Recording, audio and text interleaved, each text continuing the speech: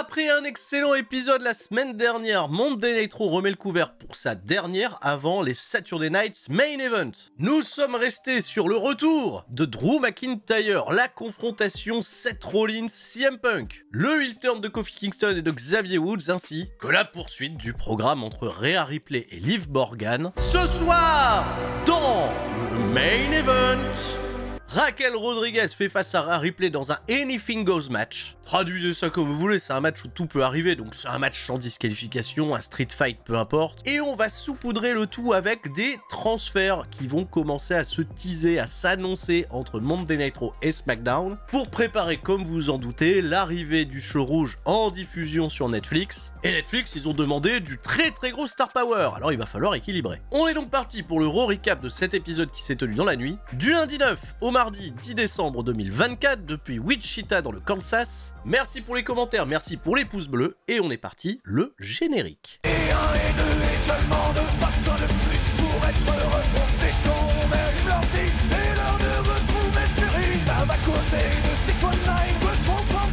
de pedigree. Mais si comme moi t'as rien compris, t'es quand même le bienvenu. C'est ça le catch, de la passion et du fun. On se prépare pour le corps à corps, donc tout le monde reste fort. L'épisode s'ouvre comme d'habitude avec les catcheurs qui remontent backstage, en tout cas ceux qui ont des programmes annoncés pour ce soir, et ainsi que le New Day, qui n'arrive pas sous un tonnerre d'applaudissements. Visiblement non, ils n'ont plus beaucoup de copains dans les vestiaires. Alpha Academy, on était copains. Bah non, vous avez vu comment vous leur avez parlé il y a 2 semaines. Ça n'a rien à voir avec Biggie, bien évidemment, parce que le New Day, Xavier Woods et Kofi Kingston, ils ont peut-être raison, hein, on le découvrira un petit peu plus tard s'ils ont eu raison. Place à un homme qui, lui, est au cœur justement de ces rumeurs de transfert entre Raw et SmackDown. Il est apparu au dernier épisode de SmackDown s'entretenant avec Nick Aldis. C'est ce bon vieux ring général Gunther qui arrive avec sa ceinture et on va tout de suite se poser une question, pourquoi il est arrivé habillé comme un prof d'histoire géo? Hein? Je sais pas. Petit pull, petit jean, ok, la ceinture. Il y avait peut-être trop de star power côté Gunther, alors il va falloir réduire un petit peu le potard pour laisser la place aux autres. On a choisi la sobriété et le ring général va s'adresser à Finn Balor qu'il a attaqué la semaine dernière. Le match il a donc été annoncé pour Saturday Night's Main Event ce week-end. Gunther fera face à Finn Balor et Finn Balor perd pas de temps pour arriver accompagné de tous les autres membres du Judgment Day. Tous, y compris Dominic Mysterio qui va se faire chambrer parce que la semaine dernière il a perdu contre Gunther. Finn Balor il change pas de disque, il a aidé 2 fois Gunther avec Damian Priest.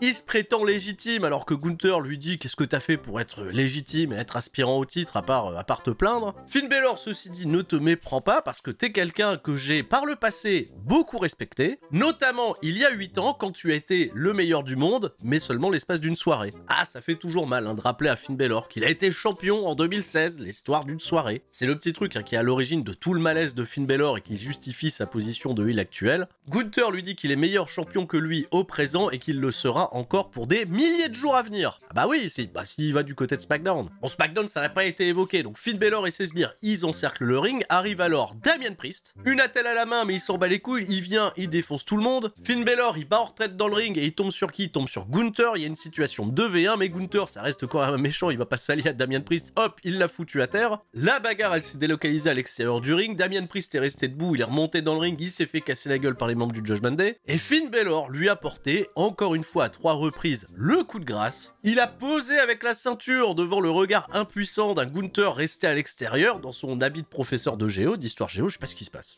Finn Balor ressort donc très fort, mais en revenant backstage, il va croiser Adam Pearce qui va lui dire « Changement de programme à Saturday Night's Main Event, on fera Finn Balor, Gunther et Damian Priest. Voilà, triple threat match. » Au final, est-ce une bonne chose? Alors je trouve que ça arrive un petit peu vite. Vu les discussions qu'on a eues entre Gunther et Nick Aldis, je sais pas si c'est une bonne chose en réalité de courir pour un titre que personne n'obtiendra. Gunther va rester champion. Passer peut-être à d'autres programmes alors que Damian Priest contre Finn Balor, est-ce que ça aura bien une suite? Je pense que oui, peut-être l'échéance, le fameux Monday Nitro qui sera diffusé sur Netflix. Assez intéressant qu'à la fin de la discussion, Finn Balor il est un peu dégoûté que son combat soit transformé en triple menace et Liv Morgan se fout un peu de sa gueule en disant bah hésite pas si t'as besoin de conseils. Toujours un petit peu plus de zizanie au sein du Judgment Day qui va peut-être finir par splitter avec les transferts Raw SmackDown, on sait pas trop. Premier combat de la soirée, c'est déjà le testament final, accompagné du Miz. Enfin, le Miz, il rentre avec le testament final, hein, il fait partie du clan, j'en sais rien. Contre les Wyatt Six, c'est leur entrée iconique qui rappelle bien évidemment la nostalgie Bray Wyatt. Et étant donné que tout le monde fait des longues entrées, vous vous en doutez, on va pas rester longtemps à l'action. La Wyatt Six, elle domine, on envoie le Miz à l'extérieur, on passe très vite à la pub et au retour de pub, bah c'est le moment de la hit. Encore une fois, c'est ça qui me gave avec ces matchs entrecoupés d'une pub, c'est que tu sais pas comment le testament final, il a repris l'ascendant sur ce pauvre Joe Gacy, bon qui va être juste aux portes d'aller faire son hot tag. C'est Eric Rowan, hein, c'est qui Eric Rowan? C'est lui là, il met des sacrés cordes à linge, des spinning wheel kicks, il prend de l'élan, il part dans les cordes pour aller diver à l'extérieur, non, il fait un baseball slide, il se fait calmer par les Authors of Pain, tout le monde porte des assauts à tout le monde, sauf deux personnes qu'on a vachement protégées jusqu'à la situation finale, Bo Dallas et Karrion Kross. Pour le règlement final, Scarlett est intervenue, ouais, elle a coupé l'élan de Bo Dallas et elle s'est fait attaquer derrière par Nikki Cross, voilà, qui est apparu derrière elle lui a fait peur. Scarlett, gros acting, elle rentre dans le ring, course-poursuite, attaque de Nikki Cross, ok.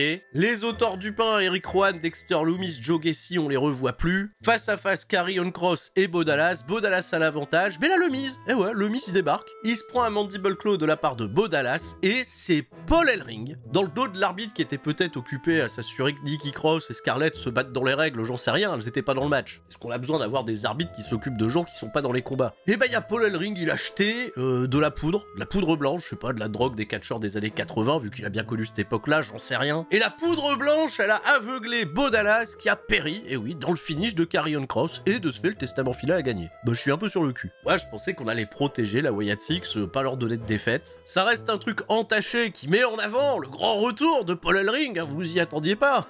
Moi, je pensais que Paul Ellering, il avait write-off, il avait dit, bon, ça va, tu sers à rien, t'es trop vieux. Et bah non, Paul Ellering, il est décisif dans ce combat. Et le testament final, ils reviennent très très fort. Ah, alors, on s'y attendait pas. Bon, il y aura une revanche, évidemment, il y aura une revanche. Format de match un peu rapide, hein, pour un gros 4v4, seulement 9 minutes. Bon, c'est la télévision, quoi. C'est dommage qu'eux, ils aient pas leur place à Saturday Night's Main Event. Hein. On aurait bien aimé un règlement de compte un peu plus long, un peu mieux raconté, mais bon, il va falloir faire de la place à d'autres affiches. Parce que la carte de Saturday Night's Main Event, figurez-vous qu'elle va être complétée ce soir. CM Punk, il a fait une sit-down interview, peut-être Jackie Redmond. Jackie, elle s'interroge, elle pose la question que tout le monde se pose. Quelle est la faveur que Paul Heyman t'a accordée pour avoir fait équipe avec Roman Reigns? CM Punk, il a botté en touche, c'est personnel entre lui et Paul Lévesque. J'ai l'impression qu'il s'est trompé, il voulait dire Paul Heyman, il a dit Paul Lévesque, je sais pas pourquoi. Et donc parlons pas de ça, parlons plutôt de ce qui se passe entre lui et Seth Rollins.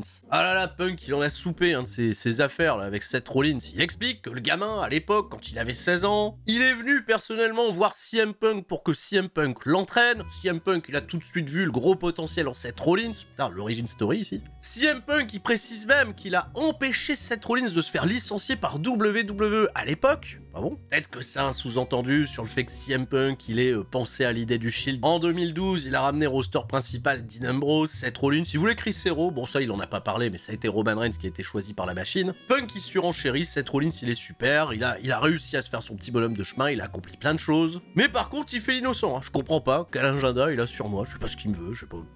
Et on s'arrêtera là. Voilà, Seth Rollins, il répondra un petit peu plus tard à CM Punk sur tout ce bazar. Dans le ring tout de suite de l'action, un match auquel je ne m'attendais pas. Dakota Kai, elle vient faire un 1v1 contre Liv Morgan. Le titre n'est pas en jeu, bien sûr. Et merde, Dakota Kai, elle a un peu de momentum à bâtir, parce qu'elle a remporté le premier tour pour se qualifier pour le championnat intercontinental féminin. Il y a un autre match un petit peu plus tard. Qu'est-ce qu'ils vont faire à Dakota Kai? Est-ce qu'elle va affronter à nouveau les membres de Shayna Baszler et Zoe Stark? Comment elle s'appelle déjà là? Le PFC, voilà, le PFC, le Paris Football Club. Elle affronte Liv Morgan. Un match qui au premier abord a l'air d'être une sacrée impasse. L'action dans le ring elle est correcte, mais avant la pub on a Sonya Deville et toute sa clique qui rapplique. Bon, Dakota Kai, vous en doutez, elle va se laisser distraire, elle va repousser les Zoe Stark, les Shayna Baszler, elle va se faire avoir quand Sonya Deville elle va être un peu plus insistante, et Liv Morgan elle va en profiter derrière pour remporter la victoire. Ça, vous l'avez vu venir, on l'a tous vu venir, voilà, comme ça on règle un conflit. Io Sky et Kairi Sane, elles sont venues faire le save, bah ça va, elle au moins elle pense à Dakota, elle les avait un petit peu oubliées la semaine dernière. Kairi Sane elle balance sa elbow à l'extérieur du ring, et Io Sky, elle se fait surprendre par Liv Morgan. Comme ça, on a Liv Morgan qui est debout sur Io Sky, et on règle plusieurs histoires en même temps. Comme quoi, au début, j'étais dubitatif, et au final, je me suis dit, bon, ça va, ça raconte des trucs. Liv Morgan debout à la fin, Io Sky qui reçoit un message, et le Paris Football Club, là, bah, elles sont toujours aussi... Puis on a eu une autre interview préenregistrée, cette fois-ci c'est Drew McIntyre, bah dis donc c'est la semaine, et Drew McIntyre pareil, lui il est en mode origin story, bon ok, il reconnaît, il a perdu à Bad Blood. Il se cache derrière l'excuse d'avoir perdu beaucoup de sang. Bah, en même temps, c'était une bagarre, c'était la guerre. Donc il est retourné en Écosse, il a commencé à se reconcentrer. Il a vu que Jey Uso, Sami Zayn, c'était des hyènes, ils se sont réalliés avec Roman Reigns, parce que lui aussi, l'origine story de tous ces problèmes à Drew McIntyre, bah c'est Roman Reigns, faut pas l'oublier. C'est ce fameux clash at the Castle où il a été volé par la Bloodline. Évidemment, il va évoquer CM Punk, mais il dit CM Punk, lui au moins, il y a été pour un pot de vin. Alors c'est pour ça que la semaine dernière, il avoue, c'est lui qui a attaqué Jey Uso, il a attaqué Sami Zayn. Il a conscience qu'il va pas pouvoir changer le passé, mais il veut désormais changer le futur. Bon, bah jusque-là, tout va bien. Et alors que dans un instant, Seth Rollins va venir s'adresser au public, on a un clip qui nous retrace tout ce qui s'est passé avec Big E, Xavier Woods, Kofi Kingston, le turn, la célébration des 10 ans, le drama. Et bien backstage, on a Cody Rhodes qui sort du bureau d'Adam Pearce. Et là, tu le vois, hein, l'échange des champions. Gunther à SmackDown, Cody à Raw, ça nous a pas encore été dit explicitement, mais pense bien qu'après Saturday Night Main Event,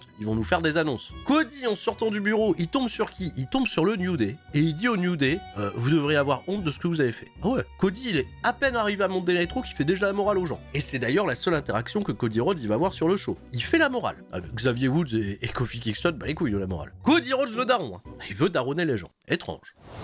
C'est le moment pour Seth Rollins de répondre à CM Punk. Seth Rollins fait son arrivée au ring. Alors j'ai parlé tout à l'heure de la tenue de Gunther, hein, le prof d'histoire géo. Là, je sais pas ce qui s'est passé encore une fois avec Seth Rollins. Le mec nous a accouplé 2 Pokémon, j'étais pas prêt. Il a pris Monstre et compagnie, il a pris la Gestapo, il a dit on fait une tenue avec ça. Bon, ok. Comment je dois le prendre au sérieux? Surtout qu'il va nous faire une déclaration très sincère, très sérieuse sur, en effet, l'origine story, là aussi, de lui et CM Punk. Et il nous dit que CM Punk, il avait pas totalement tort. À l'époque, il est vrai que Seth Rollins l'admirait, il a été lui demander conseil, ils se sont sentis proches, ils étaient amis. Seth Rollins apprécie CM Punk en modèle, mais ce qui s'est passé en 2014, lorsque CM Punk a été viré, selon CM Punk, injustement de la WWE, Rollins, il a voulu être là pour lui, et CM Punk l'a ghosté. Voilà, c'est tout simplement l'origine story de la haine de CM Punk envers Seth Rollins, ça part du fait qu'il a été ghosté. Comme il a ghosté tous les gens de la compagnie, paraît-il. Voilà, il a pu parler à personne. Et pendant près de 10 ans, après que CM Punk, il ait connu plein d'échecs. Il a pas énuméré les échecs, mais on les connaît. Hein, l'UFC, All Elite Wrestling. CM Punk, il a fini par revenir pour l'argent.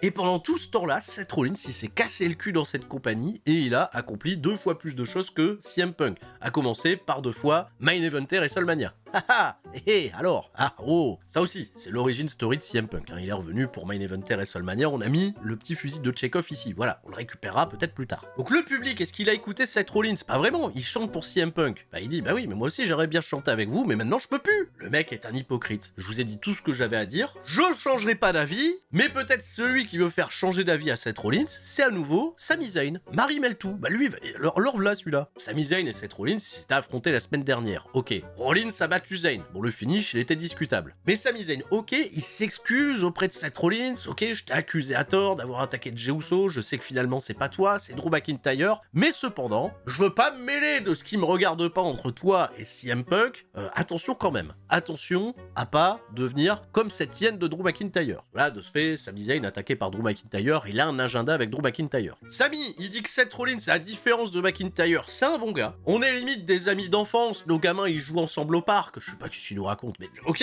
deviens pas comme Drew McIntyre, mais je me mêlerai plus de ton business avec CM Punk, ok? Seth, il dit, on est ok, Seth, il finit par se barrer finalement, on fait quoi? On fait plus de bagarre, non, bon, bah on se démerde, chacun le fait sa life. Sami Zayn, il nous a laissé sous-entendre que lui et Drew McIntyre, ils régleraient leur compte à Saturday Night Main Event, bah Sami Zayn, en quittant le ring, et en remontant la rampe, et bah il va se faire attaquer par Drew McIntyre, qui finalement a pas fait qu'une promo préenregistrée. Voilà, petite attaque surnoise, on a envoyé la sécurité, encore une fois trop tard. Assez intéressant qu'on fasse des comparatifs Drew McIntyre, Seth Rollins, et encore une fois j'insiste, les origin story des rancœurs des uns sur les autres, et ben elles sont quand même basées sur des éléments bien réels, et de ce fait on a cette espèce de petit conglomérat que je trouve assez intéressant avec des Seth Rollins, Drew McIntyre, Kevin Owens, qui pourraient peut-être à un moment donné en 2025 amener tous ces hommes à s'unir pour faire face à la bloodline de Roman Reigns, de CM Punk, de Cody Rhodes, j'en sais rien, mais on a des belles affiches qui peuvent s'écrire. Imaginez ce qui se passera pour le premier Monday Nitro sur Netflix.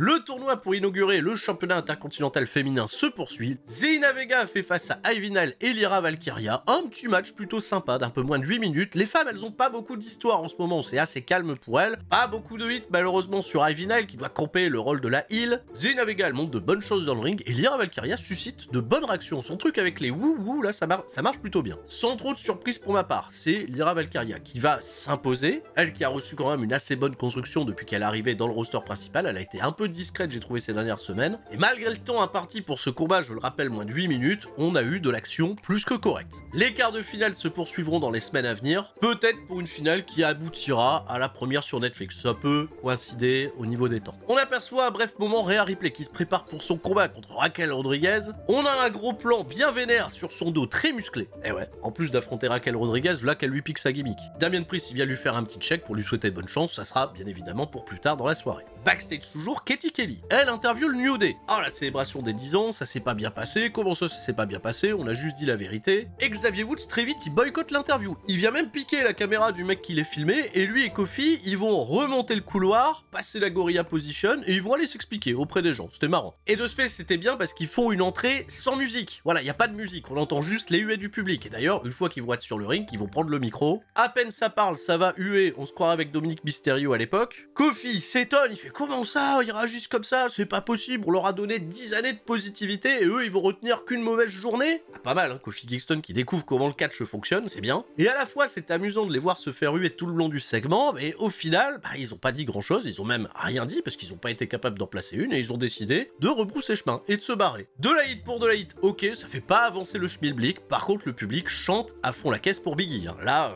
WWE, je sais pas qu'est-ce qu'ils ont prévu derrière, mais s'il y a pas Biggie au final, il va y avoir des déçus. On a un rappel de tous les matchs prévus sur la carte des Saturday Night's Main Event. Cette semaine sur la chaîne, je vous en ferai bien évidemment un Sturistradamus, comme ça je vous demanderai également votre avis sur la construction de cette carte et sur les transferts à venir entre Raw et SmackDown, et aussi vos attentes par rapport à la première de Netflix, ça peut être intéressant. Encore une fois, je le précise, je ne pourrai pas faire de live react pour les Saturday Night's Main Event, il y aura bien qu'est-ce qui s'est passé puisque je serai du côté de Rennes pour jouer la présidence, je le rappelle, hein, de Rix le Catch, c'est très important.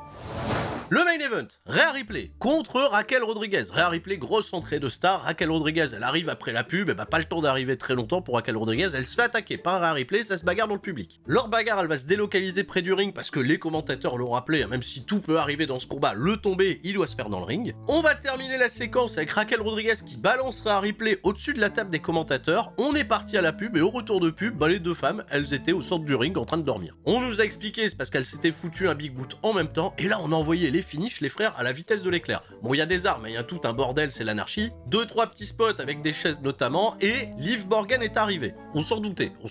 Rhea Ripley, elle l'attrape, elle veut lui faire passer un sale quart d'heure. Raquel Rodriguez, elle revient dans son dos. Rhea, elle parvient à contrer. Liv Morgan revient à nouveau, elle arrive à porter son finish sur Rhea Ripley, qui va peut-être perdre le match. Bah, à nouveau, on envoie la cavalerie et c'est Io Sky qui vient sauver Rhea Ripley. Elle se débarrasse de Liv Morgan à l'extérieur du ring, très bien. Pendant ce temps-là, Raquel Rodriguez, elle gride un peu, elle installe une table, elle veut porter son finish sur Rhea Ripley qui va la contrer bien évidemment, le Riptide 1, 2, 3, et tout ça n'a tenu qu'en moins de 8 minutes. Ah ouais, pour un main event, c'est quand même un peu léger quoi, il n'y a pas eu de match de plus de 10 minutes cette semaine. Et bah dans l'aftermatch, il y a Liv Morgan, elle avait oublié sa ceinture sur le ring, et ben t'as Io Sky et Rhea Ripley qui ramassent la ceinture en même temps, et elles se regardent pour savoir, c'est laquelle de nous deux qui va devenir championne, c'est vrai qu'il y a des programmes croisés, bah c'est Io Sky qui passera la première. Bon, ça met un peu de suspense, peut-être un peu de tension entre les deux femmes avant le combat de championnat qui est prévu au Saturday Night's Main Event. Est-ce que Rhea Ripley va s'en mêler? Est-ce que ce programme aura encore une importance une fois qu'il y aura des transferts actés entre Raw et SmackDown? Parce qu'en plus de ce qui a été présenté, je rappelle qu'à SmackDown, j'en ai pas parlé lors du SmackDown Recap, on a aussi aperçu Nick Aldis discuter avec Dominique Mysterio, est-ce qu'ils veulent Josh Monday du côté de SmackDown? Et on a vu aussi Adam Pearce cette semaine discuter